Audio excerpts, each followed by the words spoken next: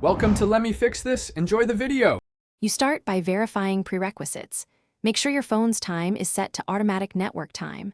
Wrong clock equals wrong codes. Once done, find any backup or recovery codes the service provided and keep them handy.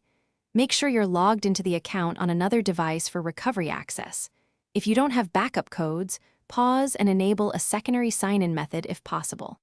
These steps avoid lockouts while we fix the Authenticator app itself. Next, you resynchronize and recover secret keys. Open Google Authenticator or the service's 2FA settings. Use any built-in time correction or resync option. If that doesn't help, log into the account's security settings on your secondary device and reveal the secret keys or QR codes. Record them securely. Once you have keys, uninstall and reinstall the Authenticator app, then import or manually enter the secrets. This rebuilds correct code generation tied to the service's seed. Finally, restore and verify access. After importing or entering secrets, use the generated code to sign in and then regenerate fresh backup codes. Store them safely.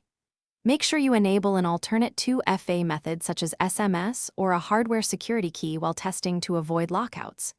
If codes still fail, check the phone time zone, app version, and that you entered secrets exactly.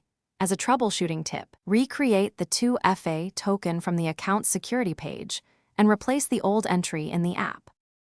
Thanks for watching. If you found this helpful, don't forget to like and subscribe.